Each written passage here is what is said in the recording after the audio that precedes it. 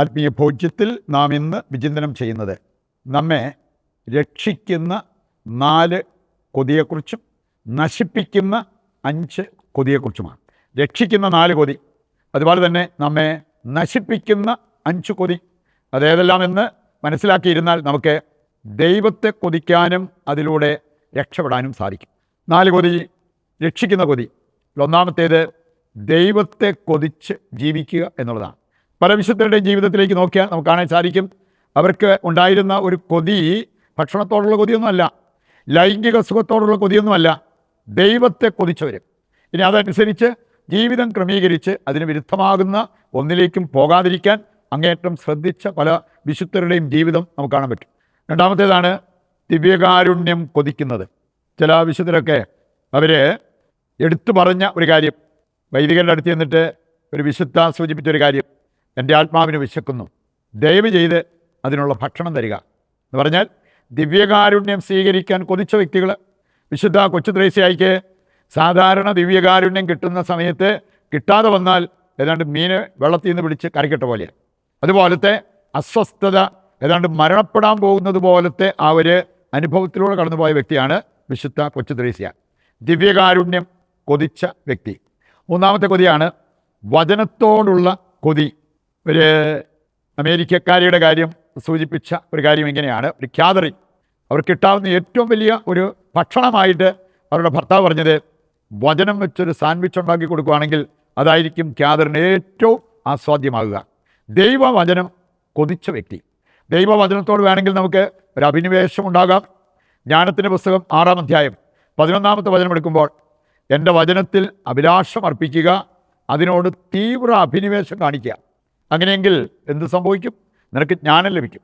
ദൈവിക ജ്ഞാനത്തിൻ്റെ അഭിഷേകം കിട്ടാൻ നമുക്കുണ്ടായിരിക്കേണ്ടതാണ് ഈ വചനത്തോടുള്ള ആ ഒരു കൊതി. 4-ാമത്തെ ഒരു കൊതിയായിട്ട് നമുക്ക് കാണാൻ പറ്റുക ദൈവരാജ്യത്തെ പ്രതി സഹിക്കാനുള്ള കൊതി. ഇങ്ങനെയുള്ള ചില വിശുദ്ധരുണ്ടായിരുന്നു കേട്ടോ. വിശുദ്ധ മഗ്ദലന ദേപ്പാസി, അവൾ പറഞ്ഞൊരു കാര്യമുണ്ട്, കർത്താവെ, സഹിക്കാൻ ഞാൻ കൊതിക്കുന്നു.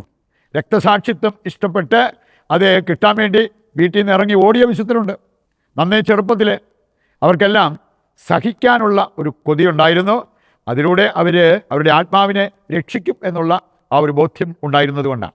2 പേരുടെ അവർ പറഞ്ഞ ഒരു കാര്യം ഞാൻ ഓർക്കുകയാണ്. ഇത് നല്ല കൊതിയല്ല, നമ്മളിപ്പോൾ കേട്ടതെല്ലാം നല്ല കൊതിയാണ്. 4 കാര്യങ്ങൾക്ക് വേണ്ടി കൊതിക്കുന്നത് നല്ലതാണ്. പക്ഷെ അതിൽ നിന്ന് വ്യത്യസ്തമായ ചില കൊതി പ്രകടമാക്കിയ വ്യക്തികൾ. ഒരു വ്യക്തി സൂചിപ്പിച്ച ഒരു കാര്യം ഇതാണ്, അവൻ്റെ ഈ ഭക്ഷണക്കൊതി കാരണം അവൻ കുമ്പസാരിച്ചാൽ പോലും ഒരു കുർബാന സ്വീകരണത്തെക്കാൾ കൂടുതൽ നടത്താൻ പറ്റില്ല. കുമ്പസാരമൊക്കെ കഴിഞ്ഞ് കുർബാനയിൽ പങ്കെടുത്ത് കുർബാന സ്വീകരിച്ചിട്ട് വീട്ടിൽ പോവുകയാണെങ്കിൽ ഒരു കുർബാനയെങ്കിലും സ്വീകരിക്കാൻ പറ്റും. കാരണം ഇവൻ തിരിച്ചു ചെന്ന് കഴിഞ്ഞാൽ അവന് പിന്നെ ഓവറായിട്ട് ഫുഡ് കഴിക്കണം. ഓവറായിട്ട് ഫുഡ് കഴിച്ചു കഴിഞ്ഞാൽ പിന്നെ ജഡിക ചിന്തകൾ, മോഹങ്ങൾ, അതവനെ നിശ്ചയമായിട്ടും പാപത്തിലേക്ക് നയിക്കും. അത് കഴിഞ്ഞാൽ പിന്നെ കുർബാന സ്വീകരിക്കാൻ അവനൊരു മടിയാണ്. അതുകൊണ്ടാണ് പറഞ്ഞത്, ഈ ഭക്ഷണത്തോടുള്ള കൊതി കാരണം കുമ്പസാരിച്ചാൽ പോലും ആകപ്പാട് ഒരു പ്രാവശ്യം അവന് കുർബാന സ്വീകരിക്കാൻ പറ്റുള്ളൂ. വേറൊരു സ്ത്രീ എന്നെ തന്നെ അതിശയിപ്പിച്ച ഒരു കാര്യമാണ്. അവർ പറഞ്ഞൊരു കാര്യം, എനിക്ക് ചില കാര്യങ്ങളോടുള്ള കൊതി എനിക്ക് കൺട്രോൾ ചെയ്യാൻ പറ്റുന്നില്ല. അത് ചിലപ്പോൾ ചില ഫുഡാണേലും അതല്ലെങ്കിൽ ആരെങ്കിലും കൊണ്ടുവന്ന് തന്ന ചില ചോക്ലേറ്റോ അങ്ങനെയുള്ള കാര്യങ്ങളൊക്കെ ആണെങ്കിലും അതിനോട് എനിക്ക് കൊതിയുള്ള ഒരു ഐറ്റം ആണെങ്കിൽ പിള്ളേർ സ്കൂളിൽ നിന്ന് വരുന്നതിന് മുമ്പ് തന്നെ ഞാനത് കഴിക്കും. അവർ വന്നു കഴിഞ്ഞാൽ പിന്നെ അവർക്ക് കൊടുക്കണമല്ലോ, അല്ലെങ്കിൽ അവരുമായിട്ട് ഷെയർ ചെയ്യണമല്ലോ, ചിലപ്പോൾ എനിക്ക് കിട്ടാതെ പോകും. അങ്ങനെയൊക്കെ ചിന്തിച്ച് സാധാരണ അമ്മമാരെന്താ ചെയ്യുക? അവരെ ആശ അടക്കിക്കൊണ്ട് ഇത് പിള്ളേർക്ക് കൊടുക്കാം, അവർക്ക് ഇഷ്ടമുള്ള ഒരു ഐറ്റമാണ് എന്നല്ലേ അവർ പറയാറുള്ളത്. ഈ നാശം വിതയ്ക്കുന്ന കൊതി അത് നമ്മെ ബാധിച്ചു കഴിഞ്ഞാൽ ഇതുപോലത്തെ സ്വഭാവ രീതികളൊക്കെ നമ്മുടെ ജീവിതത്തിൽ ഉയർന്ന് വന്നെന്ന് വരും. നമുക്കിത് മനസ്സിൽ വെച്ചുകൊണ്ട് ഏതാനും ചില കാര്യങ്ങൾ വചന വെളിച്ചത്തിൽ പഠിക്കാം.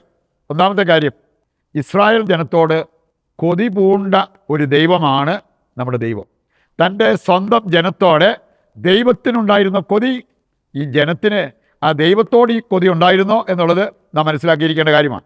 യെശയ്യാ 43:1 മുതൽ വായിച്ചാൽ ദൈവം പറയുന്നത് എന്താ? നീ എൻ്റേതാണ്. ഇസ്രായേൽ ജനത്തെക്കുറിച്ച് ദൈവം പറയുകയാണ്, നീ എൻ്റേതാണ്, യു ആർ മൈൻ. പുറപ്പാട് 3:10 വായിച്ചാൽ എൻ്റെ ജനമായ ഇസ്രായേൽ.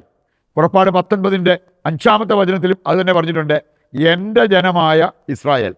എസെക്കിയേൽ 16-ന്റെ 42 വായിച്ചാൽ അവിടെ പറഞ്ഞിരിക്കുന്നൊരു കാര്യമുണ്ട്, എൻ്റെ അസൂയ നിന്നെ വിട്ടകലും. ഇസ്രായേൽ ജനത്തോട് പറയാണ്, നീ ചെയ്ത ഈ പാപം മൂലം എൻ്റെ അസൂയ നിന്നെ വിട്ടകലും. അസൂയാലുവിൻ്റേതുപോലത്തെ ആ ഒരു സ്നേഹമാണ് ദൈവത്തിന് ഇസ്രായേലിനോടുണ്ടായിരുന്നത് എന്ന് ഇതിലൂടെ നമുക്ക് മനസ്സിലാക്കാൻ പറ്റും. രണ്ടാമത്തെ കാര്യം, ദൈവത്തെ കൊതിക്കുന്നത് നല്ല കൊതിയാണ്. ദൈവത്തെ കൊതിക്കുന്നവർ ആ കൊതി മൂലം ദൈവത്തിന് വേണ്ടി എന്തും ചെയ്യും. അവരെ ആത്മീയ നന്മയിൽ നിലനിൽക്കുവാൻ, വളരുവാൻ അവരെന്തും ചെയ്തെന്ന് വരും. നമുക്ക് ഏതാനും വചനങ്ങളിലൂടെ അത് മനസ്സിലാക്കാം. ഒന്നാമത്തെ കാര്യം, അവർ ദൈവത്തെ തേടും. ദൈവത്തെ കൊതിക്കുന്നവർ ദൈവത്തെ തേടാതിരിക്കുക. നമുക്ക് നിസ്സാരം ഒരു ദാഹം വന്നാൽ തന്നെ എവിടെ നിന്നാണ് ഇച്ചിരി വെള്ളം കിട്ടുന്നത് നമ്മൾ അന്വേഷിക്കും എന്ന് പറഞ്ഞ പോലെ ദൈവത്തെ കൊതിക്കുന്നവർ ദൈവത്തെ തേടും. മത്തായിയുടെ സുവിശേഷം 7-ാം അധ്യായം 7-ാമത്തെ വചനം, ചോദിക്കുവിൻ നിങ്ങൾക്ക് ലഭിക്കും, അന്വേഷിക്കുവിൻ നിങ്ങൾ കണ്ടെത്തും. ദൈവത്തെ തേടാൻ പറ്റുന്നവർക്ക് ദൈവത്തെ കണ്ടെത്താൻ പറ്റും. സങ്കീർത്തനം 14:2, ദൈവത്തെ തേടുന്നവരാണ് വിവേകികളായ മനുഷ്യർ. ദൈവത്തെ തേടാതിരിക്കുന്നവരല്ല, ദൈവത്തെ തേടുന്നവർ. ദൈവത്തെ നിഷേധിക്കുന്നവർ മൂഢന്മാരാണെന്നാണ് ഇതിൻ്റെ ആദ്യ വചനം നമ്മെ പഠിപ്പിക്കുക. പ്രഭാഷകൻ 32:14, ജ്ഞാനം 6-ാം അധ്യായം 14-ാമത്തെ വചനം. ഈ രണ്ട് വചനങ്ങൾ നമ്മളെ ഓർമ്മിപ്പിക്കുന്ന ഒരു കാര്യമുണ്ട്. പ്രഭാതത്തിൽ ഉണർന്ന് ദൈവത്തെ അന്വേഷിക്കുന്നവർ ദൈവത്തെ കണ്ടെത്തും, അവർക്ക് കൃപ ലഭിക്കും. യെരമ്യാ 29:13 വായിച്ചാൽ ദൈവത്തെ തേടുമ്പോൾ എങ്ങനെ തേടണം എന്നവിടെ പറഞ്ഞിട്ടുണ്ട്. പൂർണ്ണ ഹൃദയത്തോടെ. അങ്ങനെയുള്ളവർ ദൈവത്തെ കണ്ടെത്തും. നമ്മളൊരു മനസ്സില്ലാ മനസ്സോടെ പ്രാർത്ഥിച്ചെന്ന് വരുത്താനുള്ള പ്രാർത്ഥനയൊക്കെയാണ് നമ്മൾ നടത്തുന്നത് എങ്കിൽ അതിൽ ദൈവത്തെ നമ്മൾ കണ്ടെന്ന് വരത്തില്ല. രണ്ടാമത്തെ ഒരു കാര്യം, ദൈവത്തെ തേടുന്നവർ ദൈവത്തെ കണ്ടെത്താൻ ശാന്തരാകണം. സങ്കീർത്തനം 46:10 അവിടെ പറഞ്ഞിരിക്കുന്നത്, ശാന്തമാവുക, ഞാൻ ദൈവമാണെന്ന് അറിയുക. ദൈവത്തെ അറിയാൻ ഈ ശാന്തത വളരെ ആവശ്യമാണ്. ശാന്തത ലഭിക്കാൻ നമ്മൾ പരിശുദ്ധാത്മാവിനെ സ്വീകരിക്കണം, പരിശുദ്ധാത്മാവിനെ അണിയണം. 1 പത്രോസ് 3-ാം അധ്യായം 3 മുതൽ വായിക്കുമ്പോൾ ശാന്തത, സൗമ്യത നമുക്കുണ്ടാകുന്നത് ആത്മാവിനെ അണിയുമ്പോഴാണ്. അപ്പോഴാണ് ആന്തരിക സൗന്ദര്യം നമുക്കുണ്ടാവുക.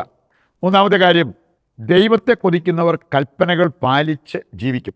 യോഹന്നാൻ 14:15 വായിച്ചാൽ അവിടെ പറഞ്ഞിട്ടുണ്ട്, എന്നെ സ്നേഹിക്കുന്നവർ എൻ്റെ കൽപ്പനകൾ പാലിക്കും. നിയമാവർത്തനം 4:40, 28:13 വായിച്ചാൽ കൽപ്പനകൾ പാലിക്കുന്നവർക്ക് ദൈവം വാഗ്ദാനം ചെയ്തിരിക്കുന്ന അനുഗ്രഹങ്ങൾ അവർക്ക് മാത്രമല്ല അവരുടെ വരും തലമുറയ്ക്കും അനുഗ്രഹമുണ്ടാകും എന്നുള്ളത് മനസ്സിലാക്കാൻ പറ്റും. നാലാമത്തെ കാര്യമാണ്, അവർ ദൈവത്തെ വിളിച്ചപേക്ഷിക്കും.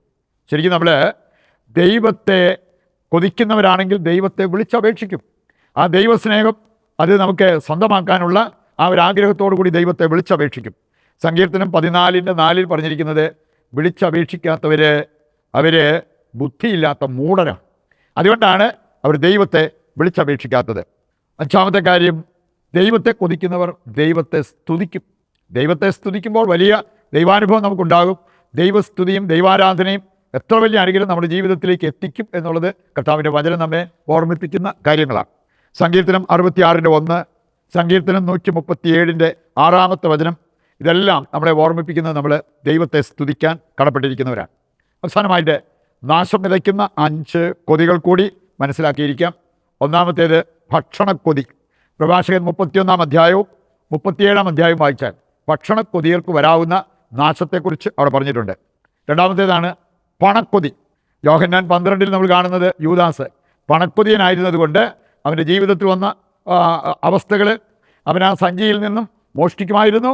മാത്രമല്ല അവൻ്റെ അന്ത്യം വളരെ പരിതാപകരമായിരുന്നു. മൂന്നാമത്തേതാണ് പ്രതികാരദാഹം. അതും ഒരു കൊതിയാണ്. ചിലർക്ക് പ്രതികാരം വീട്ടണമെന്നുള്ള ആ ഒരു കൊതി.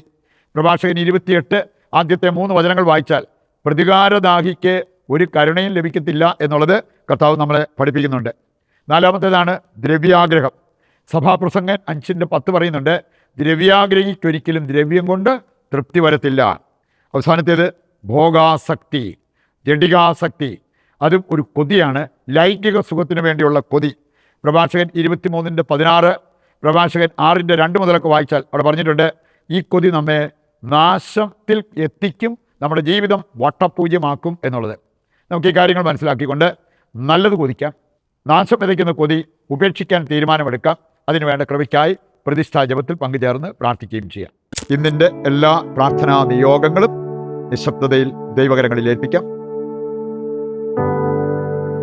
കർത്താവ് നമ്മുടെ എല്ലാ ആവശ്യങ്ങളും നിറവേറ്റി നമ്മെ അനുഗ്രഹിക്കും എന്നുള്ള ആ ഒരു ശുഭാപ്തി വിശ്വാസത്തോടെ ദൈവത്തെ സ്തുതിച്ചുകൊണ്ട് ദിവ്യകാരുണ്യത്തിൻ്റെ ആശീർവാദം നമുക്ക് സ്വീകരിക്കാം. യേശുവേ നന്ദി, ഹല്ലേലൂയ. കർത്താവേ, ഞങ്ങളുടെ എല്ലാ പ്രാർത്ഥനാ നിയോഗങ്ങളും അവിടുന്ന് സ്വീകരിക്കണമേ.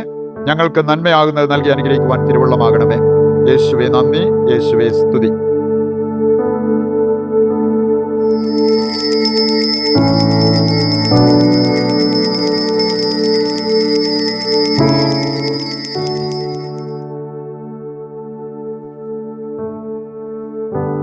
മറ്റൊരു എപ്പിസോഡുമായി നാളെ വീണ്ടും നമുക്ക് ഒന്നിക്കാം. ദൈവം നിങ്ങളെ സമൃദ്ധമായി അനുഗ്രഹിക്കട്ടെ.